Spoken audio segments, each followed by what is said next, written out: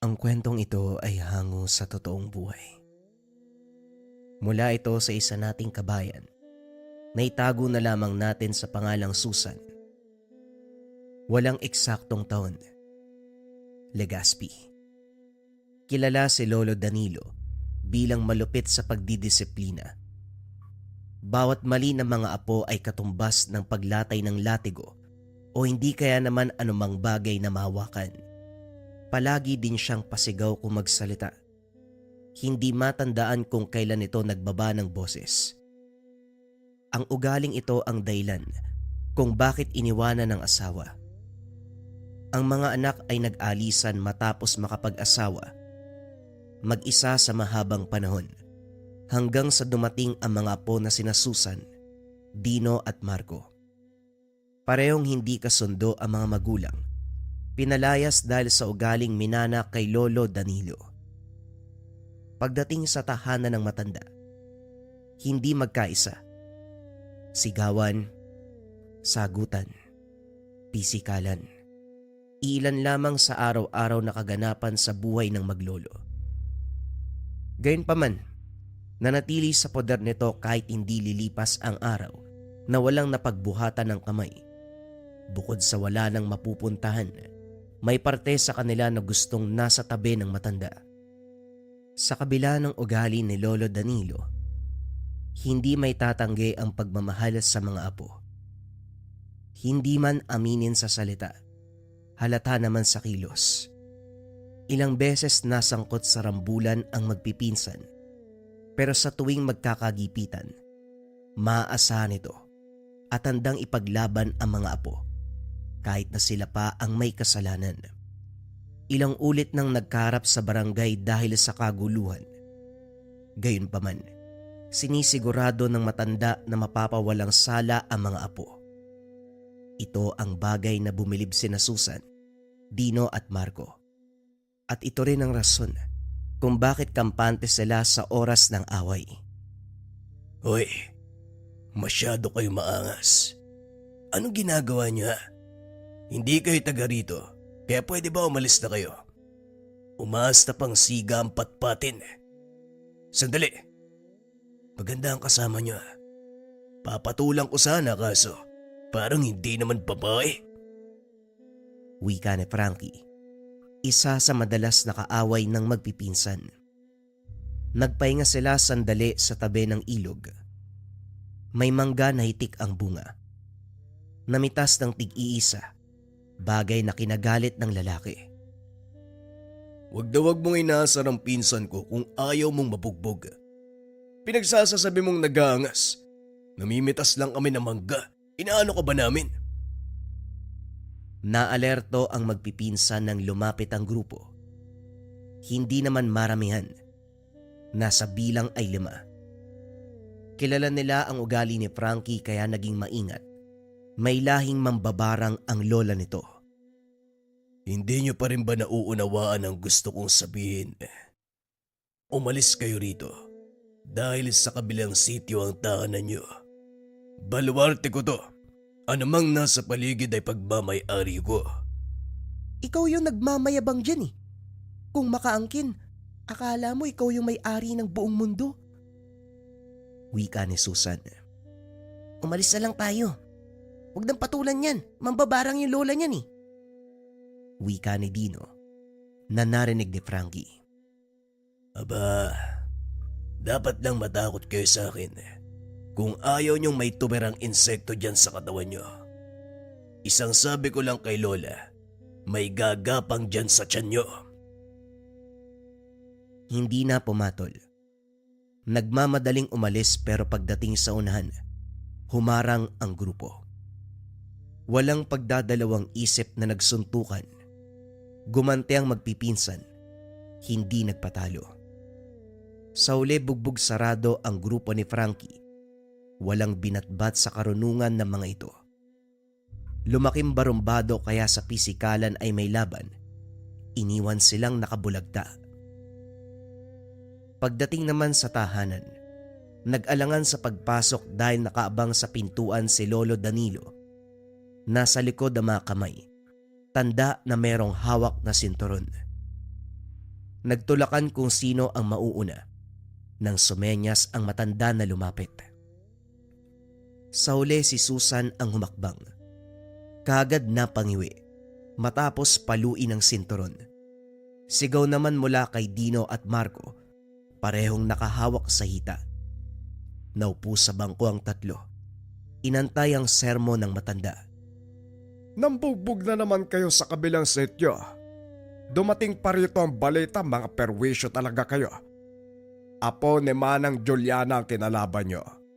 Matigas ba ang buto nyo para kayanin ang barang, ha? Ang sarap yung isako at ipaano doon sa ilog. Wika ni Lolo Danilo. Sila naman ho yung nauna. Gumanti lang kami. Hindi namin nahayaan na mabugbog kami. Sumasagot ka pa. Ikaw, kababae mong tao, ang lakas mong magamon sa mga lalaki. Umayos ka ng asta, babae ka. Porket babae hindi na pwedeng manapak? Buti nga, sapak lang yung inabot sa akin eh.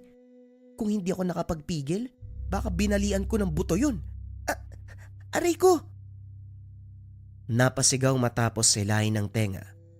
Napayuko ng batukan.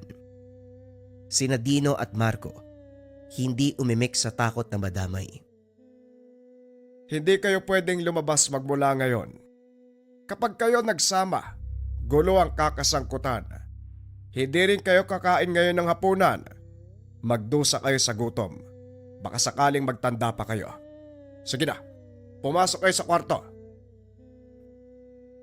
Nagkulong sa silid ang magpipinsan, alinsunod sa utos. Hindi nakapaghapunan, panay bato ng masasakit na salita sa matanda. Pinaparinggan nila, pero baliwala kay Lolo Danilo. Hindi rin makatulog dahil sa kumakalam na sikmura. Nang magkaideya, dahan-dahang pumuslit, pero sa sandaling nakaupo sa hapag, umaalingaw-ngaw ang nakakakilabot na atungal. Natigilan ang tatlo. Sinundan ng tingin ng Yero na unti-unting nayuyupi. Tanda na merong lumalakad sa bubong. Napaigting ng kumilos ang kabilang bahagi. Kalaunan, pares na nanlilisik na mga mata ang nakatanaw sa pagitan ng siwang ng bintana. Mga hindot! Pumasok kayo sa kwarto. Kita may aswang, nakatayo lang kayo dyan. Bilisan nyo! Napukaw ang atensyon ng magpipinsa ng sumigaw si Lolo Danilo. Nagunahan sa pagtakbo ang mga ito. Sinundan ng tingin ng matanda na walang takot na lumabas. Tinawag pa ang nilalang, buong pusong hinamon. Nag-alala ang magpipinsan dahil mahina na ang matanda. Wala pang dala na anumang sandata na ipanglalaban sa aswang, pero napakalakas ng loob na maghamon. Hindi naglaon, nagpakita ang nilalang. Kumuha ng itak si Susan, hinagi sa kinaroroonan ni Lolo Danilo, kaso hindi rin nagamit. Gulat silang magbago ang galaw ng matanda. Mula sa pagiging mahina, naging malakas at maliksi. Pinamalas ang husay sa pakikidigma. Sinasabayan ni Lolo Danilo ang liksi ng aswang. Bawat galaw ay natatapatan. Binabalik ang atake nito. Tumitilapon matapos masuntok sa dibdib. Namangha ang magpipinsan dahil sa bawat tama ng kamao ay parang humahagupit na kulog. Hindi nakatagal ang aswang.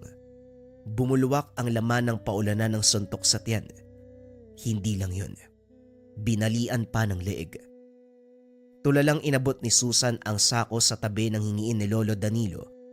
Pasimpleng sinilid ang katawan ng nilalang. Kinaladkad patungo sa kung saan. Nagkatinginan ang magpipinsan. Hindi malaman kung ano ang magiging reaksyon. Bago makabalik ang matanda, pinag-usapan nila ang nasaksihan. Nakikita niyo naman ang nakikita ko, hindi ba? Totoo bang kilala natin si Lolo Danilo? Parang may iba pa siyang pagkatao. Grabe yung galaw ni Lolo ah. Parang hindi siya yan oh. Napaisip si Susan sa kaganapan. Hindi naglaon. Naalala ang minsang napag-usapan ng mga Chewy ng tungkol sa matanda. Kung tama ang pagkakaalala ko, may mutsayan si Lolo eh. Siguro yan yung dahilan kung bakit ganyan siya.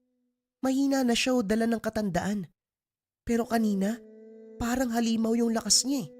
Ang bilis pa ng kilos. Naudlot ang usapan nang dumating si Lolo Danilo. Kalmado ang galaw na parang walang nangyari. Dumiretso sa silid at natulog. Kinabukasan nagising sila sa ingay. Maagang nagpukpok ng yero ang matanda. Nang makita sila, kagad sinigawan para tumulong. Umakyat sa bubong sina Dino at Marco. Si Susan naman ang nautusan sa paghahanda ng agahan. Pagkatapos, tinipon ang magpipinsan para sa mahalagang usapin. Tahimik na nakikinig ang tatlo sa bawat salita ni Lolo Danilo. Diretsahan ang pagsabi ng matanda. May nakaabang na banta sa buhay nila. Walang preno na sinabing aswang ang kalaban. Si Susan na palatanong, hindi napigilang mag-usisa. Lolo, sagutin mo naman kami. Sino ka po ba talaga? Parang nag-iiba yung katauhan mo kapag meron kang karap na aswang. Totoo po ba yung narinig ko kina Tia? May mutya ka? Ano naman kung meron? May problema ba tayo? Ikaw, Susan, bawas-bawasan ang pagtatanong, nakakairita ka. Sundin niyo ang sinasabi ko. Magmula sa araw na to, wala munang maglalakwat siya. Hindi kayo gagala dahil may banta sa paligid. Nakita niyo naman ang aswang kagabi. Higit pa roon ang makakalaban natin sa susunod. Natin talaga? Kayo lang naman po yung may kalaban na aswang eh. Dinadamay niyo pa kami.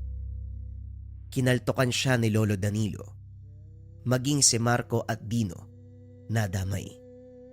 Tumahimik ang lahat na magpatuloy sa pagsasalita ang matanda.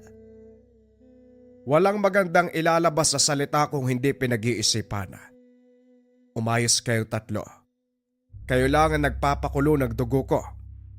Tandaan nyo, kapag sumuway kayo, hindi lang sinturon ang lalapat sa katawan nyo. Magkakasubukan talaga tayo. Lolo, hindi ka po ba nakukonsensya sa ginagawa niyo sa amin? Kumambugbog kayo, parang hindi kami ka-aray ko. Natahimik si Dino matapos lumatay ang walis sa binti. Tumakbo na rin sina Susan at Marco bago pa balingan. Nang mga sumunod na araw, kinulong sa tahanan ang tatlo. Hindi naman literal na nakakulong, sadyang hindi lang nakakalayo. Kung aalis man, diyan lang sa bakuran o sa likod ng bahay. Bawat galaw, sinusundan ng tingin ni Lolo Danilo, bagay na kinaiinisan ng magpipinsan. Hindi naglaon nagplano ng pagtakas. Gabi na nang mahimbing sa pagtulog ang matanda. Nakatsyempo ang tatlo, nagmamadali sa pag-alis. Ito ang gabi, kung kailan na pag-usapan ng kaibigan sa kabilang bayan. Kaarawan at may maliit na salo-salo. Tatlo naman sila, kaya hindi natakot na lumabas sa gabi. Pagdating sa tahanan ng kaibigan, kagad silang pinapasok at pinakain. Naging masaya ang mga sumunod na sandali. Kantahan, sayawan, kwentuhan. Maraming pagkain at inumin kung kaya't naaliw. Nagpaalam si Susan. Naghahanap ng pwesto para makiihi. Sa likod bahay ang palikuran na may iilang layong lakaran. Habang naglalabas, napansin ng dalaga ang kakaibang tunog. Parang hingal ng hayop. Dahil kuryoso kung ano, sinilip ang mayayabong na halaman. Nanlaki ang mga mata na may humablot at kinaladkad patungo sa masukal na bahagi. Sumubsob sa lupa matapos ibalibag. Tumayo si Susan. Ibinida ang lakas ng kamao. Kahit babae, sanay sa pisikal na laban dahil sa ilang ulit na pagkakasangkot. Likas din ang lakas ng mga kamao, kaya may ganang makipagbuno. Ang hindi lang maintindihan, Hubog ng tao ang karap, kaso malabo ang pagmumuka. Dito rin nang gagaling ang hingal. Hindi may kakaila ang lakas ng kalaban. Pasimpleng umilag sa atake ni Susan. Hindi naglaon naging marahas. Lumapat ang mga kuko sa pisngi at nag-iwan ng sugat. Bagyang nahilo ang dalaga kaya piniling tumigil. Ikaw ang nag-iisang apong babae ni Danilo. Ang kaso mahina ka, kaya hindi mo taglay ang mutya ng kulog. Wala rin ako nararamdamang enerhiya sa'yo. Kaya isa kang inutil. Naglaan pa ako ng oras para mahanap ka. Wala ka naman palang silbi. Wika ng babae sabay dura. Kunot noong tumingala si Susan. Gusto sana magtanong pero minabuting titigan na lamang. Malinaw na nakita ang mga nagtutulisang mga kuko. Nanlilisik ang mga mata. Mahabang buhok na parang may sariling buhay. Malayang gumagalaw sa kahanginan. Nanatili ito sa dilim, kaya hindi rin maaninag ang muka. Sabihin mo sa magaling mong lolo, bilisan niya ang pagsali ng mutya sa'yo. Nakakabagot mag-intay ng matagal. Pakisabi rin, nangungumusta ang lahi ng kubot. Nagmamadaling tumayo si Susan. Kagad bumalik sa tahanan ng kaibigan. Kinaladkad pa uwi ang mga pinsan. Habang nasa daan, napansin ang hubog ng babae. Sumunod ito sa kanila. Binilisan ang lakad hanggang sa makarating ng bahay. Muli, hagupit ng sinturon ni Lolo Danilo ang sumalubong. Nahinto ang paglatay ng sinturon nang ipaliwanag ni Susan ang tungkol sa naganap. Natigilan si Lolo Danilo nang marinig ang salitang kubot. Hindi naglaon. Hinila sa kabilang kwarto ang dalaga upang makausap ng personal. Sino nagpakita sa'yo? Sinaktan ka ba niya? Anong ginawa ng hayop na yon? Nakita niyo naman na may sugat ako sa pisngi, hindi ba? Ito ang ginawa ng kubot. Sino ba yun? Yung mga kalaban mo. Kaming mga apo ang naiipit eh. Mabuti na lang kinaawaan ako ng Diyos. Kaya nakaligtas ako. At saka meron siyang sinabi na hindi ko maintindihan eh. Anong mutya ng kulog? Nagsayang lang daw siya ng oras para hanapin ako. Ano bang ibig sabihin nun? Ang apo ni Marlota, si Fidela. Kahit kailan hindi matahimik ang angkan na yun Inubos ko na nga ang nakakatanda. Sumunod naman ang yapak ng mga apo. Kahit kailan nakakabuisit ang pamilyang yon, hindi na lang tumahimik. Tungkol saan ba kasi ang nangyayari, Lolo? Nung isang gabi may aswang na sumugod dito. Ngayon naman may bumiktima sa akin. Normal pa ba yan? Kung ano-anong kalukuhan yung pinapasok mo eh. Kaya siguro iniwanan ka ng mga anak mo eh. Sa unang pagkakataon, tumahimik si Lolo Danilo. Nasanay si Susan na palagi itong may sinasagot pero sa puntong ito. Nag-iwas ng tingin sabay buntong hininga. Mararamdaman dito ang matinding galit. Sa mismong gabi, nag-abot ng patalim si Lolo Danilo. Nanlaki ang mga mata ni Susan nang sugurin siya nito. Sinigawan pang lumaban, gamitin ang patalim. Dahil sa tono nito, napilitang damputi ng itak. Nagdadalawang isip dahil lolo ang karap at may sandatang hawak. Kaso nang totohanin ng matanda ang atake, napilitan ding lumaban. Hindi maunawaan ni Susan ang nangyari dahil hindi naman siya ganong kabilis pero ngayon, nauunahan si Lolo Danilo. Para ding nababasa ang galaw ng matanda. Bago makakilos, nauhulaan ang sunod na galaw. Hanggang sa nagawang itumba ang matanda. Sa halip na masaktan sa lakas ng pagbagsak, tumawa pa ito. Pasimpleng tumayo at sa kauna-unahang pagkakataon, mababa ang tono ng boses. Malumanay ang pagsasalita at higit sa lahat, puro papuri ang salita. Kumana ang pagre-ritual ko. Lahat ng pagod ko nagbunga na sa ngayon. Ikaw ang susunod sa yapak ko, Susan. Tama ang pakiwari ko nung isinilang ka. Walang duda kung bakit kumikislap ang mutya sa gabing iyon. Ang tanga na mismo ang pumili ng sunod na tagapangalaga. At ngayon, ikaw na ang magtatanga nito simula ngayon. Napayuko si Susan nang ituro ni Lolo Danilo ang bulsa niya. Kinapa, nahugot ang isang bato na parabang pinalilibutan ng bultahe. Napansin ng dalaga ang lakas ng enerhiya at gaan ng pakiramdam. Ano po to? Paano napunta sa bulsa ko yung bato? Yan ang mutya ng kulog. Patagal na yung nagpahinga pero muling nagising nang mahawakan mo. Isa lang ang ibig sabihin niyan, Susan. Ikaw ang susunod na magmamana. Babae ka man pero ikaw ang pinili ng gamit. Tanggapin mo ng buong puso. Hayaan mong manahan sa iyong pagkatao ang mutya. Masisigurado na hindi ka nito pababayaan. Hindi nakaimik si Susan. Palipat-lipat ang tingin sa mutya at kay Lolo Danilo. Naunawaan ng dalaga ang lahat ng ipaliwanag ng matanda, paisa-isa hanggang sa wala nang natanong. Hinayaan din siyang magdesisyon kung sakaling aayawan ang tungkulin. Tatanggapin ni Lolo Danilo ang magiging pasya. Binigyan siya nito ng ilang araw. Akalain mo yon? Si Susan ang nag-iisang babae sa atin, pero binigyan siya ng mabigat na responsibilidad. Kakayanin niya kaya? Aswang ang makakalaban niya. Ano sa tingin mo, Marco? Kagaya ng sinabi ni Lolo, hindi siya pipiliin ng mutya kung alam nito na hindi kakayanin.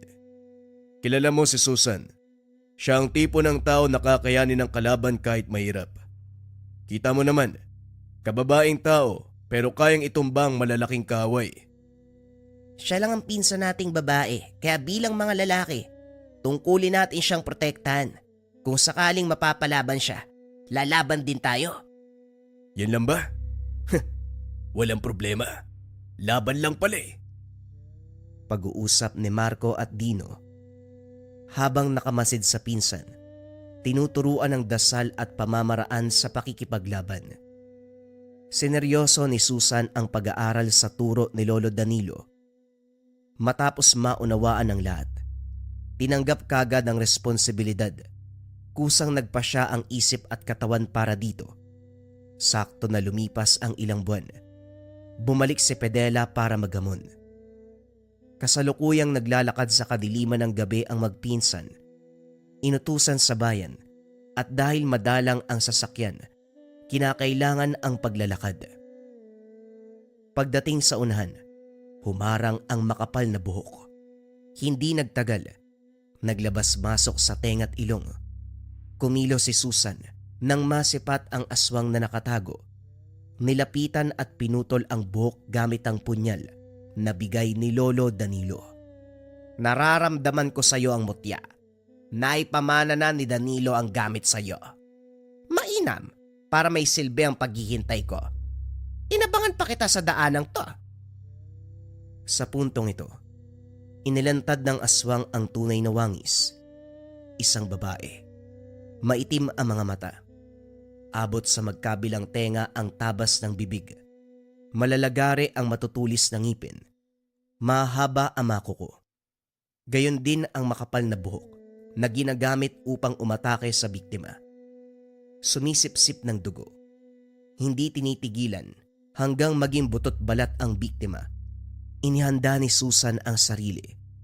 Inusal sa isipan ang orasyon na tinuro ni Lolo Danilo. Hindi naglaon. Nakawala ang mga pinsan sa pambibiktima ng buhok. Kagad sumugod ang aswang. Sa bilis na mga buhok, kumapit sa katawan ng dalaga, pumulupot hanggang sa mahirapan sa paghinga. Nasa iyo ba talaga ang mutya? Pero bakit parang napakahina mo? Ano bang kailangan mo? Ano bang atraso sa'yo ni Lolo Danilo? Si Danilo ang umubos sa mga ninuno ko. Kaya gaganti ako para sa kanila. Ang kaso, hindi si Danilo ang gustong ipapatay, kundi ang susunod sa yapak niya. Dahil ikaw ang tumanggap, ikaw ang mamamatay. Habang kinakausap, nakawala si Susan. Umepekto ang orasyon. Sa isang iglap bigla siyang nawala sa harapan ng aswang. Laking gulat nito. May bumaon na punyal sa leeg mula sa likuran. Habang iniinda nito ang sugat, marahas na kumilos ang buhok. Sinugod si Susan pero mabilis na naiwasan. Biglang tumiklop ng ilabas ang mutya ng kulog. Hindi makatingin ang aswang. Nasisilaw. Kaya inubos ni Lolo Danilo ang angkan nyo dahil kayong masama. Ang dapat sa inyo, mamahinga sa kabilang buhay. Walang pag-aalangan na sinuntok ni Susan ang aswang. Ilang beses yumanig ang katawan nito, kasabay ng pagkawasak ng muka. Hindi naglaon ay bumulagta na lamang. Pagbalik sa tahanan, magiliw na binahagi ng magpipinsan ang laban. Kaso biglang natahimik nang magsalita si Lolo Danilo. Ayon dito, hindi dahil napuksa si Pedela, ibig sabihin tapos na ang laban. May kapatid na minsang sumugod sa matanda. Alerto naman ang dalaga para kung sakaling magpakita ang kapatid, kaagad na malalabanan. Mahabang panahon nang lumipas, sumapit ang punto na mayapa si Lolo Danilo dahil sa katandaan.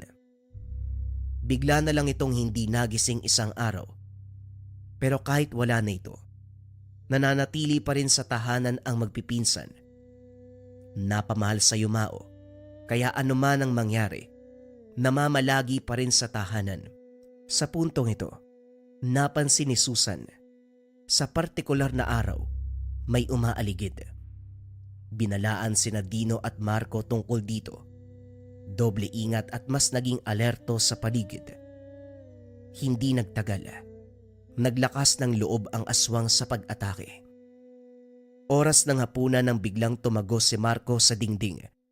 Sa sobrang bilis, hindi nakita kung anong klase ng halimaw ang tumangay. Nang mag-init ang mutya, kagad kumilos si Susan, kaso walang naabutan. Nagtamo ng kalmot sa iba't ibang bahagi ng katawan ng pinsan. Mano-manong gamutan. Ginamit ang iniwang lana ni Lolo Danilo. Mabilis humupa ang kirot. Nagsara ang sugat. Nang tanungin ni Marco, pinaliwanag ang aswang na may mahabang kuko. Malansa. Mahaba ang dila. Mabilis ang kilos. Kagad itong nawala matapos tangayin at kalmutin. Binulong nito ang pangalan, Lolo Danilo. Ilan ba yung aswang nakaaway ni Lolo Danilo? May kubot, tapos may kapatid pa. Hindi natin alam kung kailan naatake. Baka yun na yun. Walang duda, siya na nga yun. Angkan lang naman nilang binanggit ni Lolo Danilo. Nilinaw niya sa akin na wala siyang kalaban bukod dito. Kung ganun, lumabas na sa lungga niya ang aswang. Hindi na tayo ligtas dito. Kahit nasa loob ng tahanan, nagagawa pa rin. Uminit ang tangan. Nang sunda ng bakas nito sa hangin, nasipat sa hindi kalayuan ang isang matanda. Sa pagkakaalala, lola ni Frankie. Yung nababalita na isang mambabarang. Bukod sa matanda, may kasama itong lalaki. Hindi niya kilala. Kagad ding nagsialisan nang makita siya. Sinunda ng dalaga hanggang narinig ang usapan ng mga ito. Matagal nang hinahanap ng angka nito ang kinaroroonan ni Lolo Danilo. Magkasundo. Palibasa parehong demonyo eh. Mambabarang tapos aswang. Gulat na napalingon ang mga ito. Hindi inasahan na nakasunod ang dalaga. Kagad kumaripas ang mambabarang. Iniwan ang aswang na lalaki. Tama nga pala ang sinabi ni Pedela. Isang babae ang sumunod sa yapak ni Tandang Danilo. Wala pa naman sa bukabularyo kung pumatol sa babae. Kaya ayusin natin ang hidwaan sa pamamagitan ng magandang usapan. Ibigay mo sa akin ang mutya na pumatay sa angkan ko at siguradong papalayain kita. Sino ka ba sa akala mo? Matatanggap ko pa kung si Lolo Danilo ang mag-uutos sa akin. Pero ang kagaya mo? Mukha mo. Walang maayos na usapan dahil hindi ako mabait. Inatake mo si Lolo noon. Sinugod mo rin ang pinsan ko, kaya huwag kang umasa na magkakaroon tayo ng maayos na usapan. Parang hindi ka tunay na babae. Ang lakas mong magamon. Hindi ka ba natatakot na madulas ang swerte at bagsakan ka ng kamalasan? Walang makakapagsabi. Baka ikamatay mo kung ipipilit na makipaglaban sa akin. May oras pa para magpasya. Ibigay mo sa akin ang mutya. Ipapangako ko na matatapos na rin sa araw na ito ang kaguluhan sa pagitan sa atin. Inilabas ni Susan ang mutya. Nakita niya kung paanong kumislap ang mga mata ng kalaban. Inilahad ang palad sa pag-aakalang ibibigay ito. Sinugod ang dalaga. Nagpakawala ng ilang ulit na suntok. Hindi nakapalag sa bilis ng kilos. Napailing matapos matanggalan ng ngipin. Nasagad ang galit. Nagpalit ng anyo sabay atake. Sumugod ng kalmot. Kumagat pa kapag nagkataon. Pero lahat ng ito ay pasimpleng naiwasan ni Susan. Kinulang sa lakas ng aswang dahil ilang minuto na ang lumipas, hindi man lang pinagpawisan. Hindi rin kailangan kumilos ng kumilos dahil isang tabi lang ay nakakailag na. Nang makatsyempo, nahawakan sa leeg dahilan para mapahinto sandali. Mabuti pa yung kapatid mong babae.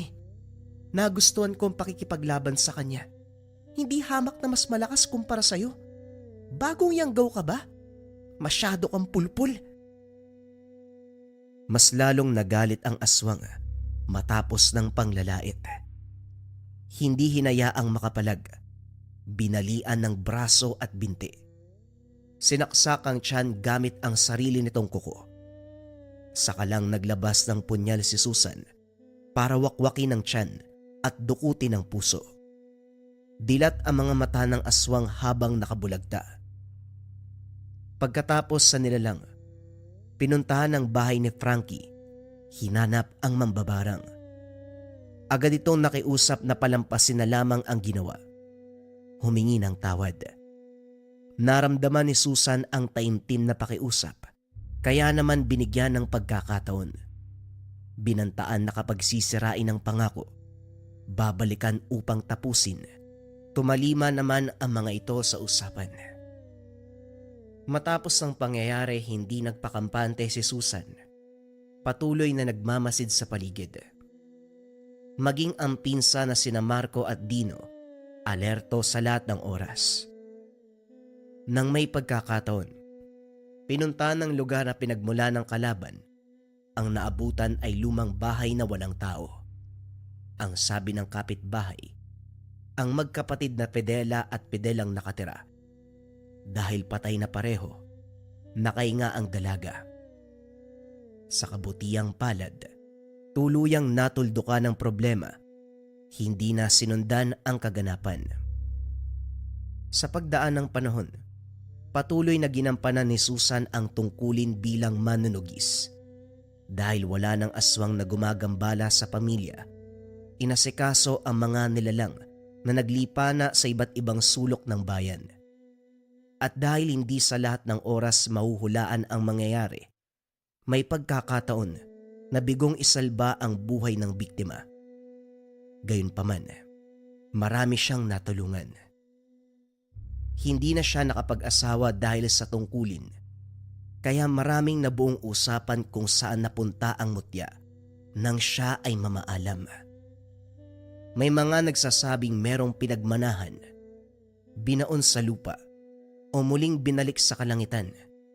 Ngunit lahat ng ito ay walang patunay. Iisa lamang ang alam nila.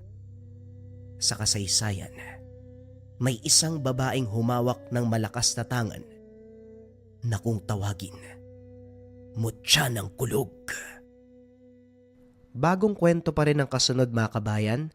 Ito ay pumapatungkol sa isang uri ng tangan na kung tawagin ay Sator Coronados.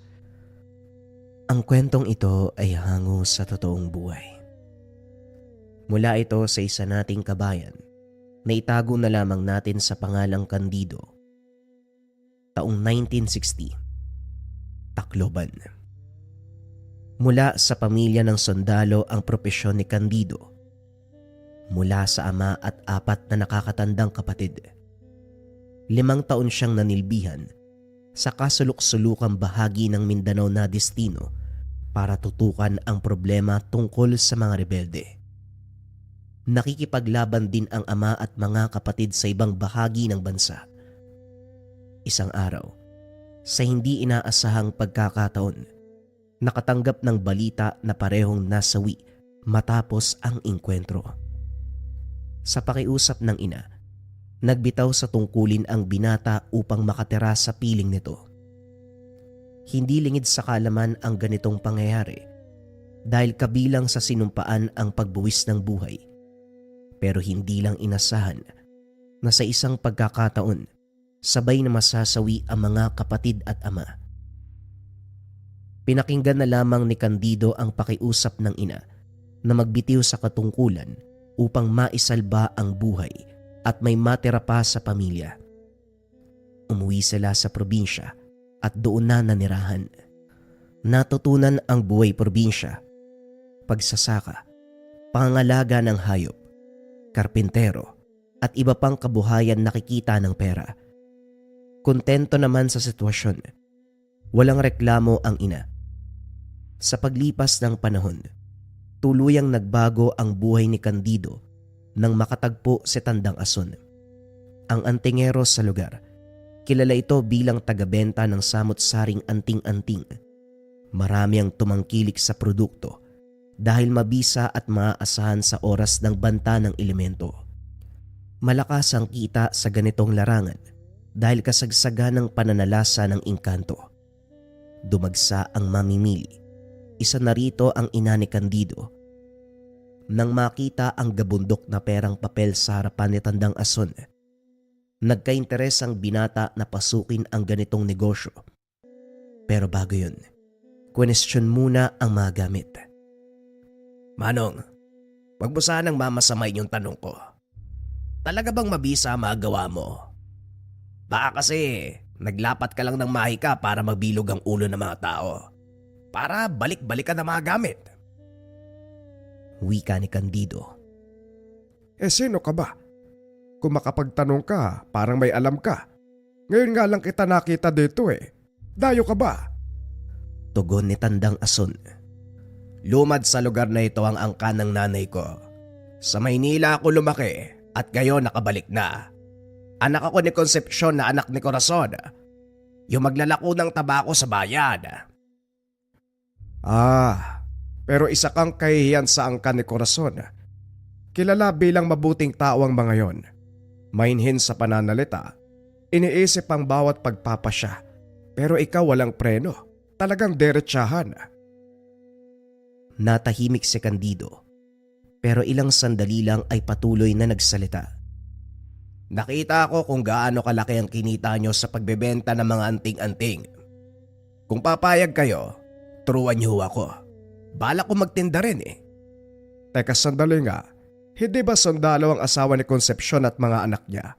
Bakit parang namumulubi ka? Hindi ba maayos ang pasweldo ng gobyerno para sa naituring na tagapagtanggol ng bayan? Matagal na ho akong bumitiw sa pwesto sa takot na mamatay sa gera katulad ng ama at mga kapatid ko.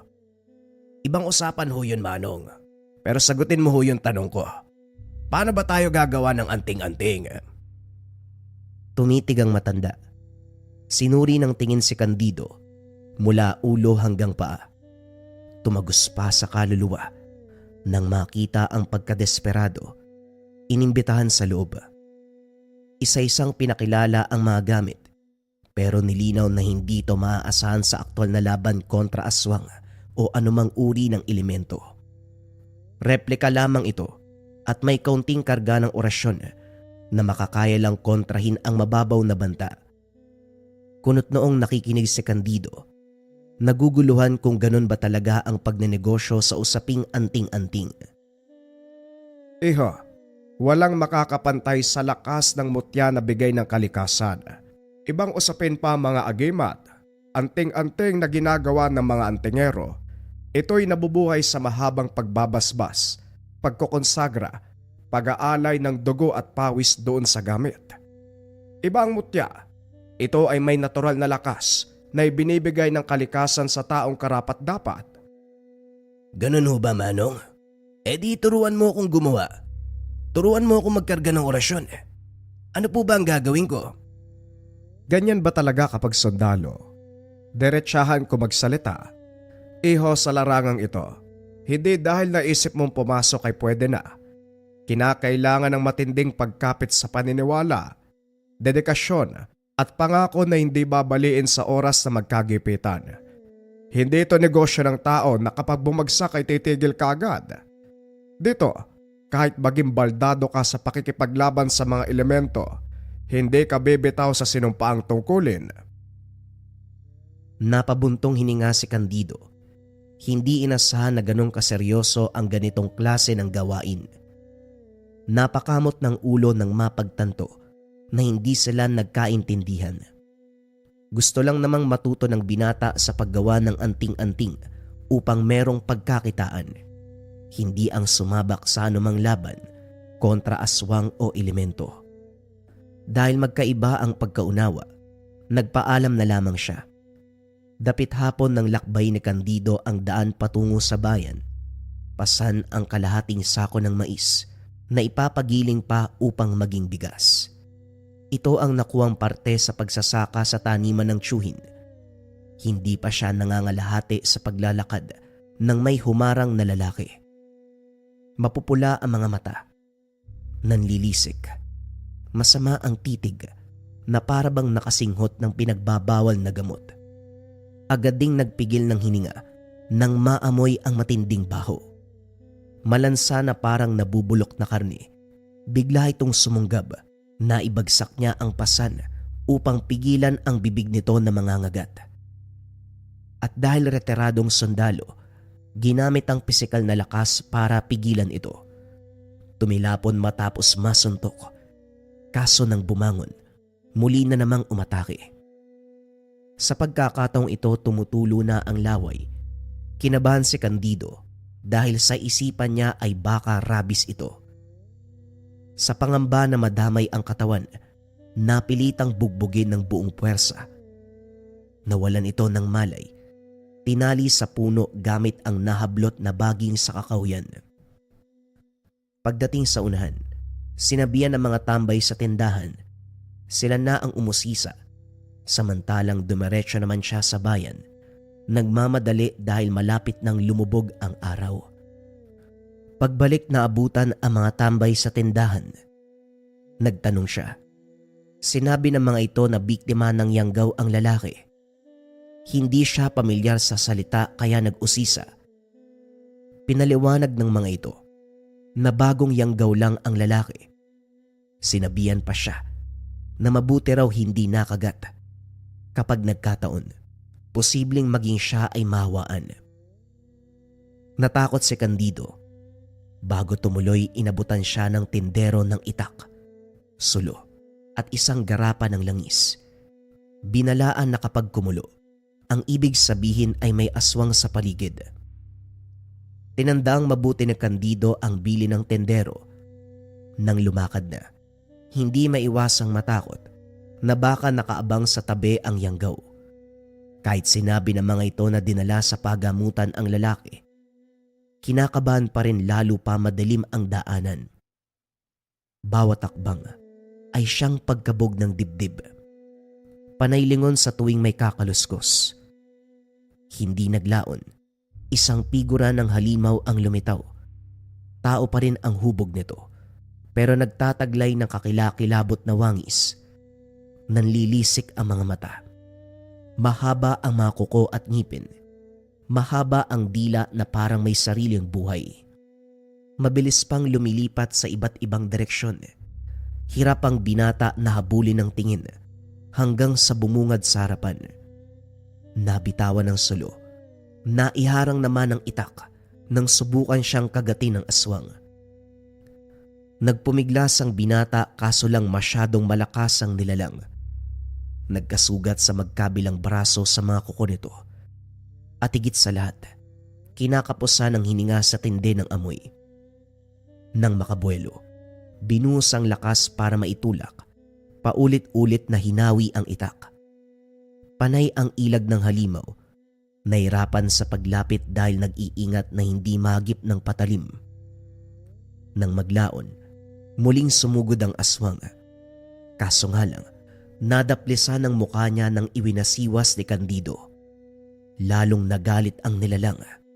Mas naging mabangis ang itsura. Pero bago pa muling sumugod, naaninag ang grupo ng sulo na papalapit sa kinalalagyan. Sa muling pagtingin, naglaho na ang aswang. Bumungad ang mga tambay at tendero. Nangangamba ang mga ito para sa binata, kaya naisipang sundan para ihatid. Nang makita ang kalagayan, kanya-kanya sa paghugot ng itak. Palasa ng mata at pangdama. Nariyan lang sa sulok ang aswang. Huwag maging mangmang dahil baka maunahan pa. Wika namang Serbyo, ang tendero. Ilang aswang po bang nasa lugar na ito? May nakasalubong ako kanina. Nayanggaw. Tapos ngayon naman, ganap na aswang na. Mabilis ang hakbang ng mga ito habang nakamasid sa paligid. Hindi mo mabibilang, iho. Pero hindi din naman sa lahat ng oras. May partikular lang na panahon. Taggutom siguro, kaya naglalabasan sila. Dito sa lugar namin, parang nasanay na rin kami. Kaya kapag panahon ng mga aswang, iba yung pag-iingat kagad. Total hindi ka pa naman ganong katagal dito. Ihahatid ka muna namin. Iwasan mo rin ang paglabas sa gabi. Dahil sa mga panahong ito ay meron talaga. Sa kabutiang palad, nakarating ng tindahan na hindi nasundan ang pag-atake. Laking pasasalamat ni Candido sa grupo ni Mang Serbio. Nagpaalam na rin ang mga ito bago lumalim ang gabi. Sa naganap, nakapag-isip-isip si Candido, ituloy ang balak na matutunan ang tungkol sa anting-anting. Sapat na dahilan ang kinasangkutan para aralin ang pamamaraan upang makalaban. Kinabukasan pagsikat ng araw, pinuntahan ang tahanan ni Tandang Ason. Naabutan nitong kinargahan ng orasyon ang mga gamit. Nandito na naman ang retiradong sundalo. Anong may paglilingkod ko sa'yo? Tanong ng matanda. Halata sa reaksyon ng muka na naiinis na. Manong, may nakaengkwentro kong aswang kagabi. Hindi madali ang pinagdaanan, kaya gusto kong matutunan ng bagay na magliligtas sa akin sa oras ng panganib. Hayaan niyo po kung matuto sa inyo. Napatitig si Tandang Ason. Lumipas ang ilang segundo bago nagsalita. Hindi ba dati ka namang sundalo? Bakit hindi mo gamitin ang baril para patayin ng aswang? Malakas ka. Halata sa pangangatawan mo. Bakit hindi mo nalang bugbugin hanggang sa madurog? Si Candido naman ngayon ang natahimik. Hinulaan kung sadya ba ang pagkasabi ng matanda o sinusubukan lang siya. Manong, alam ko ang kakayahan ng aswang. May dati akong kasamahan na nagmula sa probinsya kung saan naglipa na ang mga halimaw na ito. Madalas niyang naikikwento. Ayon sa kanya, walang laban ng ordinaryong bala, patalim o ang lakas ng tao. Ang tanging makakalupig sa aswang ay ang katulad mong antingero, albularyo o kung sino man ang may karunungan. Mahusay. O sige, hahayaan kitang matuto sa akin. Pero ipangako mo, sa oras na matutunan mo ang lahat, wala nang bawian, walang atrasan, at lalong wala kang karapatan na umayaw sa oras na tawagin ka ng tungkulin. Maliwanag ba? Wika ni Tandang Ason. Tumango naman si Candido. Kagad sinimula ni Tandang Ason ang pagtuturo ng lihim na karunungan. Gumugol ng ilang buwan para makabisado ang tamang pagbigkas ng orasyon, pagpapagana ng gamit sa pamamaraan ng dasal, pagkilala sa iba't ibang anting-anting, pagkakarga at pagdedebosyon. Hindi na sila dumako sa pisikal na laban dahil tiwala si Tandang Ason na kakayanin niya, lalo pa isa itong sundalo. Sa huling araw ng pag-aaral, isang libreta at medalyon ang binigay bilang kabayaran ng pagpupursige ng binata para matutunan ang lahat. Sa paglipas ng mga araw, balik muna sa pagkayod para sa kabuhayan si Candido. Inaararo ang malawak na sakahan, nagtatanim ng binhi sa kabila, naghahakot ng panggatong mula sa bundok pababa ng bayan at kung ano-ano pa. Doble ang sipag dahil sa mga panong ito, iniinda ng ina ang karamdaman. Kanser ang lumabas ng resulta sa ospital. Tumama sa buto, kung kaya't nakaratay na ngayon. May mga gamot pero nilinaw ng doktor na papahabain lamang nito ang oras na ilalagi sa mundo. Hindi mapapagaling ang kanser dahil may kamahalan. Malaking salapi ang kinakailangan. Pansamantalang isinantabi ng binata ang tungkol sa lihim na karunungan. Iyo, magpalamig ka muna. Ilang ulit ka kasing pabalik-balik kaya naisipan ko maganda ng merienda. Huwag kang mag-alala, libre to. Nasabi sa akin ni Tandang Ason. Nabutan niya kasi ako naghahanda ng palamig para sa iyo eh. Magkakilala pala kayo? Wika namang Serbio. Tinawag siya nito sa tindahan. Huminto naman siya bilang respeto. Sa katunayan, nagpaturo ko sa kanya ng pamamaraan para mapuksa ang aswang. Tinuruan ka ba? Ay nako, mapiling tao yun ha. Pinsan yun ng pinsan ko. Medyo malayong kaanak, pero malapit sa isa't isa. Kilala ko ang ugali, pero masisiguro naman na mabait at bukal ang loob sa pagtulong. Maigpit lang siya kung lihim na karunungan ang pag-uusapan. Tama ka nga. Mabuti nga nakayanan ko maging maestro siya sa loob ng ilang buwan. Medyo mahirap pero matalino naman siya magturo. Ganun ba? Nako. Magpasalamat ka, binigyan ka niya ng oras. Malamang nakitaan ka niya ng potensyal kaya pumayag siya na turuan ka. Anong binigay niya? Eto ho, isang medalyon at saka libreta na may simbolo at salita. Sa katunayan, hindi ko pa ito binigyan ng pansin kasi nagkataon na sumabay ang kondisyon ni nanay. Kailangan munang kumita ng pera para sa gamot. Inabot ni Candido ang libreta at medalyon. Nang buklatin, nanlaki mga mata kasabay ng pagsulyap sa medalyon. Ito ang medalyon ng Sator Coronados. Mataas na uri ng medalyon.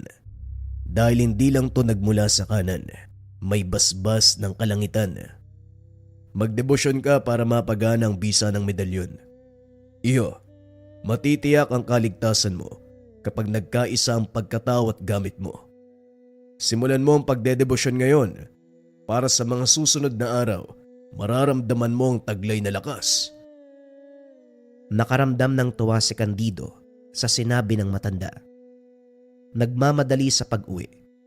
Sinimulan ang pagdedebosyon. Araw-araw hanggang sa sumapit ang oras na mapagana ang medalyon. Mabilis na nagkasundo ang enerhiya nito sa kanya.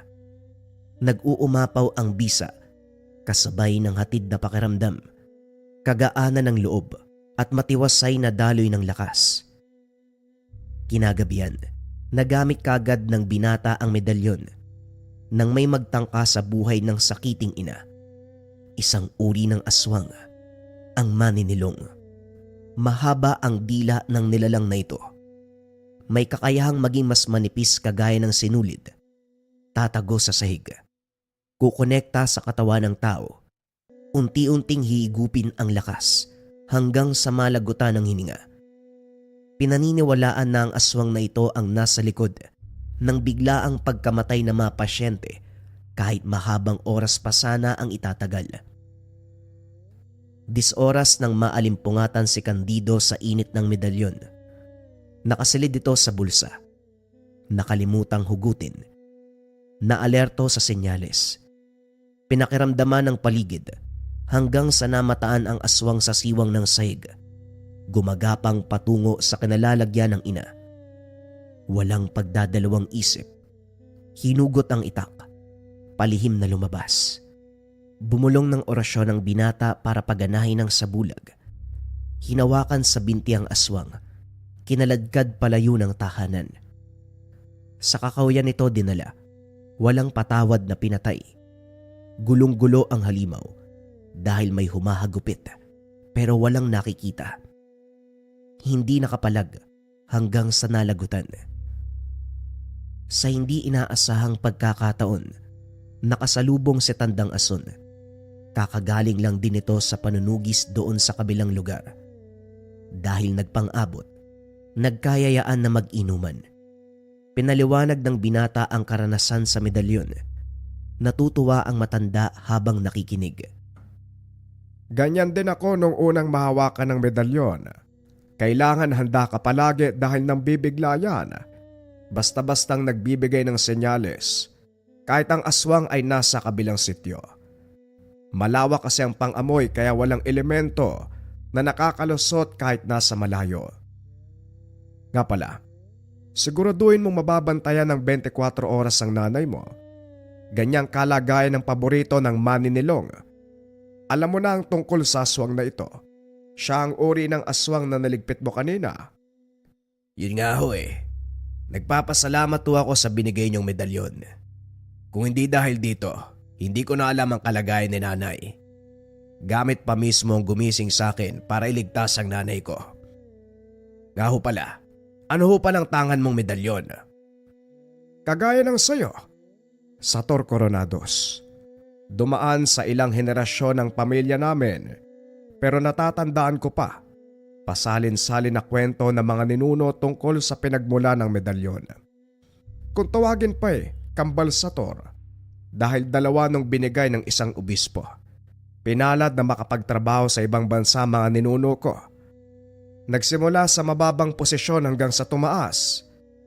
Mula sa sitwasyon, nagpalipat-lipat ang simbahan dito sa bansa. Swerteng napili na magsilbi sa simbahang Katoliko ng Vatican. May nakilalang obispo, hindi pinangalanan kung sino. Siya mismo ang nagbigay ng Kambal Sator na pinagana ng isa ko pang ninunong albularyo. Dumaan sa maraming kamay at ito ngayon, tinatangan ko. Kung ganon, ang kanyo lang dapat ang magmay-ari nito. Hindi dahil nagmula sa mga ninuno, saan kan lang namin mapupunta ang medalyon. Hindi ganon ang pamamalakad ng gamit. Sino man ang matipuan nito, sino man ang may malinis na kalooban na handang magsilbi, pwedeng magtangan. Sa'yo na ang bagay na yan kaya gamitin mo. O siya, masyado nang malalim ang gabi. Lalakad na ako. Sinundan ng tingin ni Candido ang matanda. Lumipat ang pansin sa medalyon. Napahugot ng hininga. Matapos marinig ang kwentong pinagmula ng gamit, lihim na pinangako sa sariling aalagaan at pagsisilbihan hanggang kamatayan. Sa pagdaan ng mga araw, unti-unting lumala ang kalagayan ng ina ni Candido. Wala na itong pandinig, panlasa, wala na sa tamang pag-iisip. Nakakalimot sa lahat-lahat. Hindi niya rin masisi dahil matanda na ito. Hanggang sa sumapit ang gabi na tuluyang na maalam. Masakit para sa binata dahil nawalan siya ng ama at mga kapatid.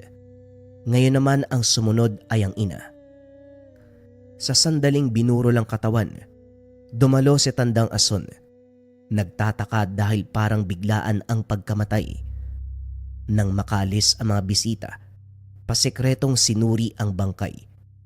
Kahit nilapatan na ito ng kemikal doon sa morgue, nagawan pa rin ang paraan ng matanda. Napabuntong hininga nang mapansin ang bakas ng aswang. Candido, ni minsan ba, iniwanan mo ang nanay mo? Kasi kung nasa paligid ka lang, mahaharangan mo kaagad ang sumpa, maging ang elementong umaaligid. Pero anong nangyari? Bakit may bakas ng aswang sa katawan ng nanay mo? Wika ni Tandang Ason. Mahahalata sa boses ang galit. Sa kabilang banda, hindi makapaniwala si Candido sa narinig.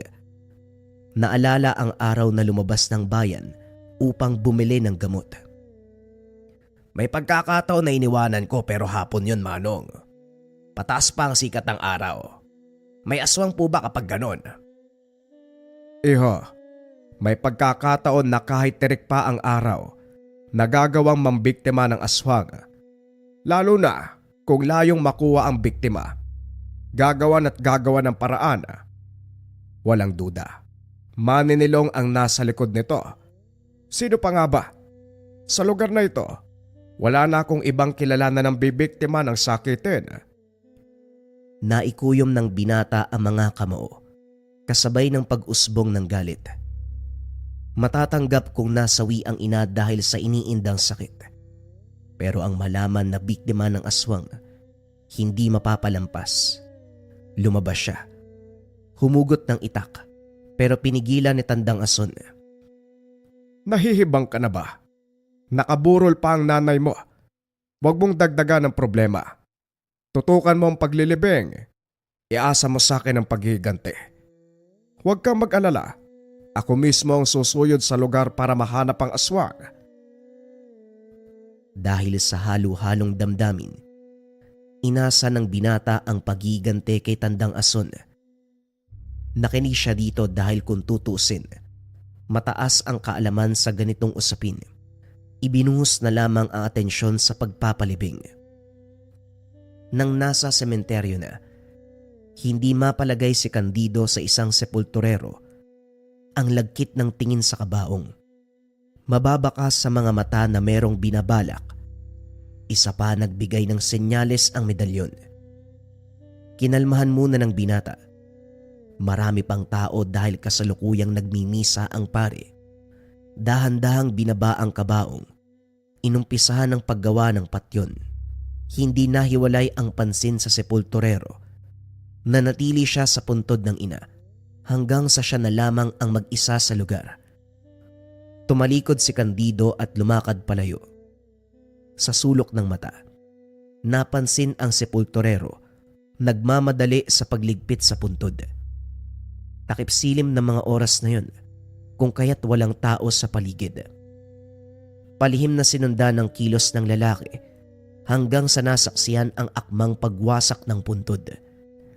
Anong ginagawa mo? Hindi mo na ginalang ang patay. Sandali. Siguradong aswang ka. Wika ng binata nang mapansin ang katangian ng aswang sa lalaki. Ngumisi ito. Tinanggal ang sombrero. Pinakita ang tunay na anyo. Nabuhay ang galit ng binata sa kilos ng aswang.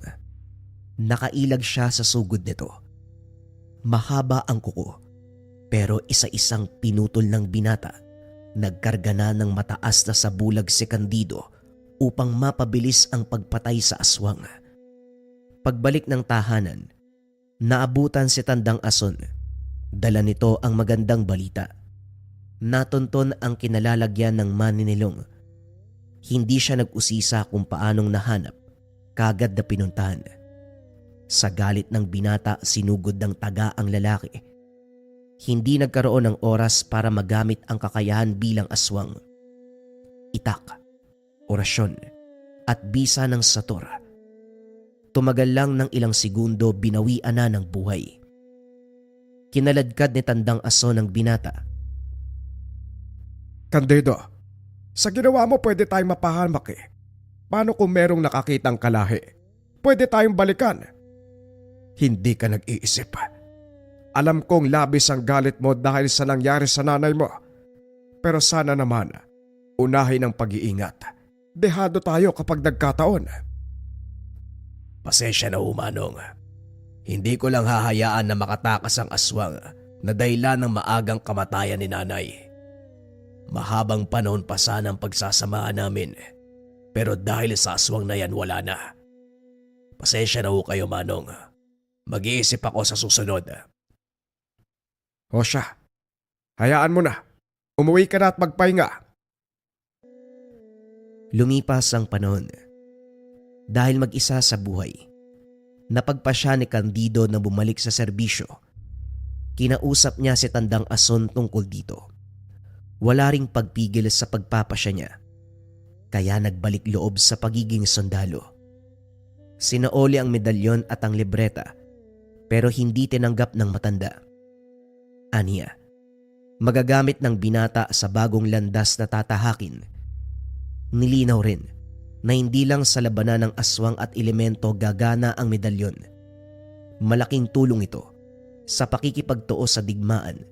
Nung una hindi naunawaan ni Candido, pero nang dumukot ng baril ang matanda, pinaputukan siya.